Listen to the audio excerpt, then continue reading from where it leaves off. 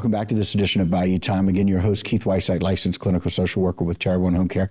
Very glad you're joining us. However you may be joining us, we appreciate it. And listen, we'd like to bring you information as it affects people in our area and all of our viewing area.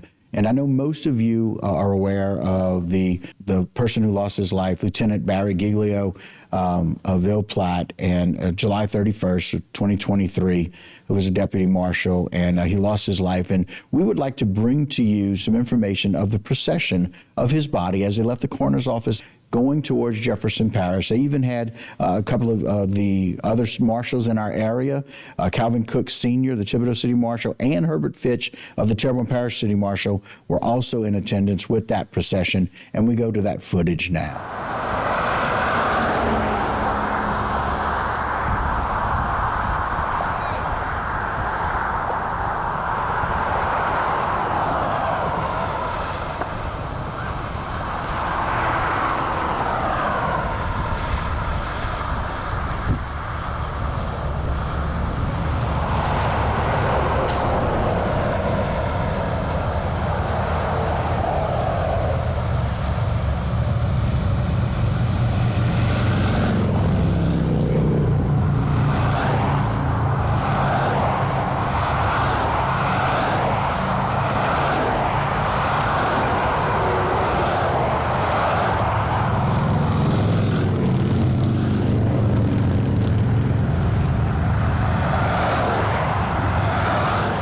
Lieutenant Barry Giglio tragically lost his life on July 31st, 2023, while serving a search warrant in Ville Platte, Louisiana. He was a deputy marshal, and another man were killed, and a woman was critically wounded in a shooting during a drug investigation in southern Louisiana.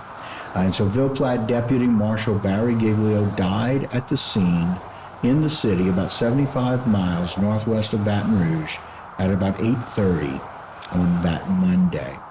Giglio was shot while helping members of the Evangeline Parish Sheriff's Office serve a search warrant in a home where drug activity was suspected, according to Louisiana State Police. A man and a woman in the home were also struck by gunfire, and they were taken to hospitals where the man died, the authorities reported. One person was arrested, but authorities didn't immediately release the names of the suspect and the other victims or other details of this particular shooting. And we are glad to bring to you some interviews from two of the city marshals that were in attendance, Calvin Cook Sr., Thibodeau City Marshal, and Herbert Fitch, Terrebonne Parish City Marshal, say a few words. This was a tragic incident that occurred in Ville Platte where a deputy marshal was killed. This morning was about the Ville Platte City Marshal's office. The Louisiana City Marshals and Constables Association came together as a brotherhood like no other organization, and we came together for them, and we assisted the Marshal's office in Ville Platte. Today was about the procession that we left Broussard's coroner's office this morning and all the way to New Orleans. And I can tell you, I want to say thank you to every sheriff and police chief around the area that was on the route, because their personnel was out blocking traffic for us, and I can tell you it was at least a mile long, the procession. There was state police that was there. I think just about every marshal we had was there, or they sent their deputies there. This is very sad, you know. On behalf of Terrebonne Marshal's office, we send our prayers out to Ville Platte and to his family. We know it's going to be a long, hard road, but we're praying for them that everything will come through and good, because, again, nobody wants to get that call.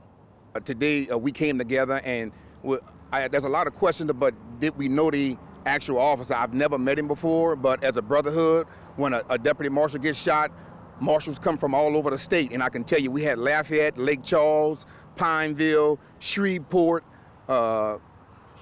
Jeanerette City Marshal Office, Morgan City Marshal's Office, so Houma, Terrebonne Marshal's Office. So again, marshals converged on Broussard this morning, and we led that funeral procession from Broussard all the way to New Orleans. And I can tell you, it was a humble experience.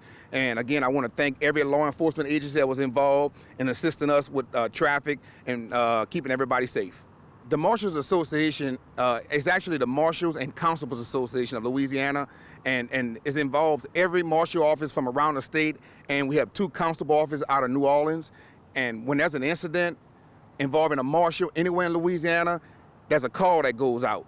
And when that call goes out, everybody responds through email and gives a location where we need to be. And I can tell you, in 2021, when Hurricane Ida hit Category 4, touchdown, South Louisiana, Thibodaux was devastated. That was my first year in office, and I put a call out to the Marshals Association, and I can tell you, the same funeral procession that you saw today, the line of cars with the blue lights, that's what we had coming into Thibodaux to help me after Hurricane Ida. We had water, food, hot food, ice, anything you could think of they brought, and we opened up a pod at the Moses Community Center in Thibodaux for residents. And I can tell you, it's a brotherhood. I'm proud to be a member of it. I'm proud to hold a position on the board as Sergeant of Arms. I agree with Calvin that the Marshals Association here, since I've been in the Marshals, I have seen a family like I've never seen before that comes together. When one fall, we all hurt. And it's really amazing how the Marshals stick together with each other, especially on these tragic situations. And we appreciate you joining us here on Bayou Time. Again, we have brought to you the procession of the body of Lieutenant Barry Giglio, who lost his life on July 31st, 2023, as we showed that procession to Jefferson Parish. Thank you for joining us. That will do it for this particular segment of Bayou Time. Don't go anywhere. A lot more right here on Bayou Time.